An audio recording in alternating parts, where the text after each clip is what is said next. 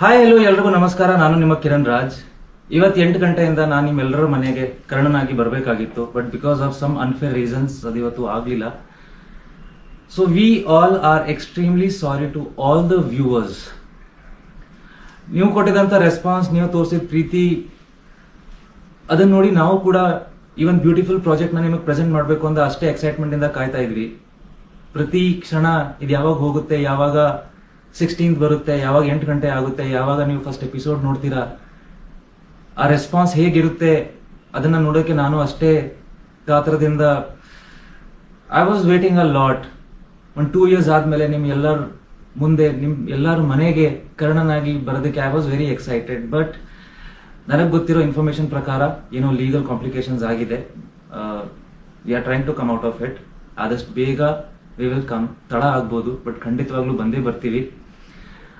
All I want to ask you is for some more time and more support at this time. ಇದೇ ಟೈಮಲ್ಲಿ ಆಗ್ಬಾರ್ದಾಗಿತ್ತು, but ಪ್ರತಿಯೊಂದು ನಮ್ಮ ಕೈಲಿ ಇರಲ್ಲ. ಬಟ್ ನನಗೆ ನಂಬಿಕೆ ಇದೆ, ಚಾನೆಲ್ ಆ ಒಂದು ವಿಷನ್ಗೆ, ಪ್ರೊಡ್ಯೂಸರ್ಸ್ ಕೋಟಿ ಖರ್ಚು ಮಾಡಿ ಒಂದು ಒಳ್ಳೆ ಪ್ರಾಡಕ್ಟ್ ಕೊಡಬೇಕು ಅನ್ನೋ ಡಿಟರ್ಮಿನೇಷನ್ಗೆ, ಅಷ್ಟು ಜನ ಆರ್ಟಿಸ್ಟ್ ಟೆಕ್ನಿಷಿಯನ್ಸ್ ಹಾಕಿರೋ ಎಫರ್ಟ್ಗೆ ನ್ಯಾಯ ಸಿಕ್ಕೇ ಸಿಗುತ್ತೆ. We deserve justice for Karna. So, hope to see you all soon. Thank you.